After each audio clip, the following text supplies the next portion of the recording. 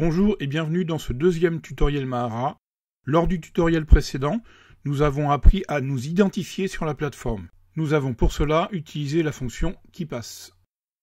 Dans la rubrique Contenu, nous avons ensuite découvert l'onglet À propos de moi, quelle était l'utilité du nom préféré, comment compléter une introduction, comment enregistrer le profil. Dans l'onglet Informations de contact, nous avons complété les coordonnées de bêta-test, l'adresse web, l'adresse postale, le numéro de téléphone. Nous allons maintenant voir comment compléter les informations concernant les réseaux sociaux. Facebook, par exemple, en copiant l'URL du MOOC GDP.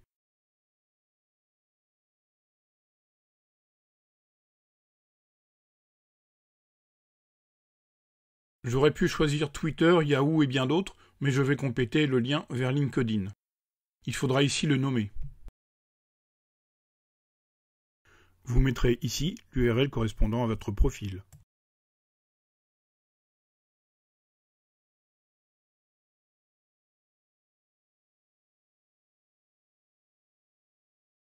J'aurais pu choisir Tumblr ou Skype, mais je vais compléter le lien vers la communauté Google+, du GDP Lab.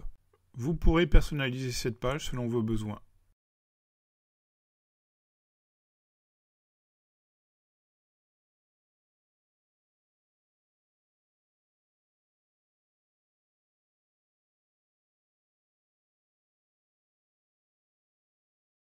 Dans l'onglet Général, vous compléterez votre emploi et votre secteur d'activité. N'oubliez pas d'enregistrer votre profil à chaque modification.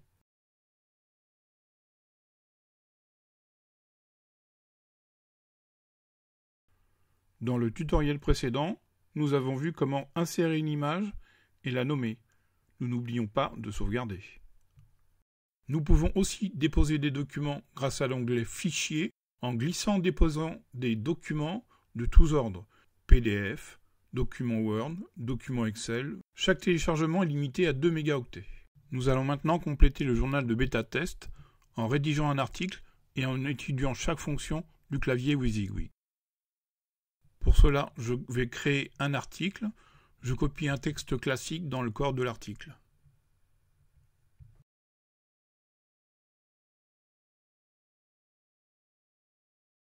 En cliquant sur la flèche de gauche, j'ouvre l'extension du clavier. Je saisis un titre auquel je vais affecter le premier niveau, puis un second que je vais affecter au deuxième niveau. La taille des caractères va varier en fonction du niveau. Ces éléments sont importants car ils facilitent la recherche et l'indexation.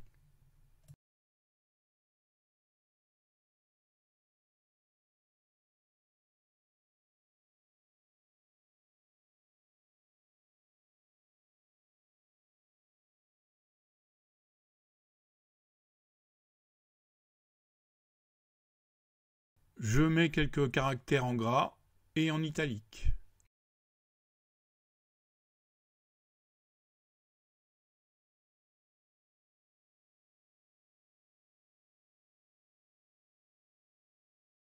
Je vais utiliser la liste à puces et la liste numérotée. Ces listes sont très utiles car elles permettent de clarifier nos propos sous forme de listes.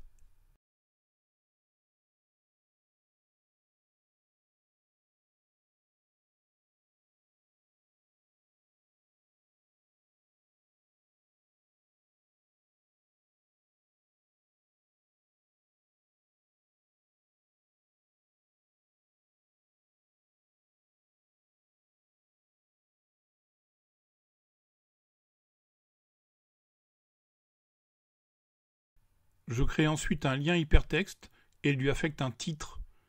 Il est important de lui affecter un titre pour pouvoir faire des recherches ou des indexations par la suite.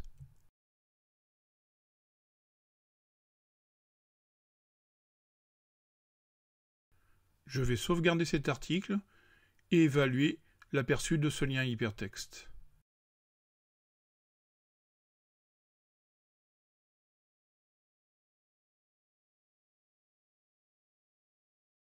Je clique sur le bouton en forme de crayon pour retourner aux modifications.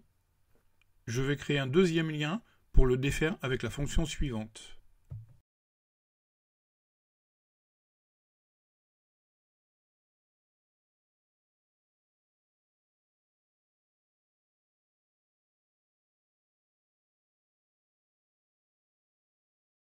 Dans ce tutoriel, nous avons utilisé les fonctions titres, les caractères gras, les caractères italiques, les listes à puces, les listes numérotées, les liens hypertextes.